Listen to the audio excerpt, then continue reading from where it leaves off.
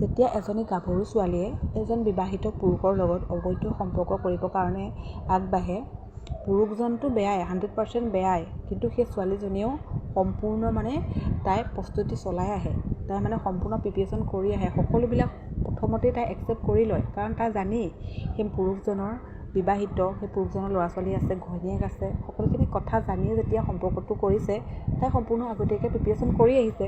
আৰু মানুহজনৰ কথাটো ক'বই নালাগে, মানুহজনটো কেনেকুৱা হ'ব লাগিব, নিজৰ ৱাইফ থকাৰ পিছত, ল'ৰা ছোৱালী থকাৰ পিছতো অবৈধ সম্পৰ্ক কৰিবৰ কাৰণে আগবাঢ়ি গৈছে, তেওঁতো কেনেকুৱা মানুহ হ'ব সেইটো আৰু মানুহৰ লিষ্টত নপৰেই। কিন্তু সেই ছোৱালীজনী, গাভৰু ছোৱালীজনী, তেওঁতো বেলেগ ল'ৰা পালেহেঁতেন, তেওঁ বাৰু এই সুখৰ সংসাৰখনত আহি পেলাই তেওঁ হয়তো সোমাই নিদিয়া হ'লে সেই সংসাৰখন ঠাণ্ডা নহ'লেহেঁতেন, কেতিয়াও নহ'লেহেঁতেন। কাৰণ মই ভুক্তভোগী, মোৰ সংসাৰখনত যদি সেই ছোৱালীজনী, তেজপুৰৰ সেই ছোৱালীজনী নোসোমালেহেঁতেন, তেতিয়াহ'লে মোৰ সংসাৰখন আজি এনেকুৱা নহ'লহেঁতেন। মোৰ মানুহজন যিমানেই বেয়া হওক, যেনেকুৱাই নহওক, বেয়া নাছিলে, বহুত ভাল আছিলে, কিন্তু মই ক'ব গ'লে এই সম্পৰ্কটো কৰিহে তেওঁ ইমান বেয়া হ'ল। বহুত ভাল মানুহ আছিলে, কিন্তু অবৈধ সম্পৰ্ক কৰিবলৈ লৈয়ে তেওঁ বেয়া হৈ পৰিলে। আৰু যিমান ভাল কাম কৰি নাথাকিলেও তেওঁ এই 7টা বছৰত যিমানখিনি কৰিলে, সেইখিনিৰ তুলনাত ভাল কামখিনি একেবাৰে বেয়া হৈ গ'ল। যি ভুগি আছে তেওঁ জানে।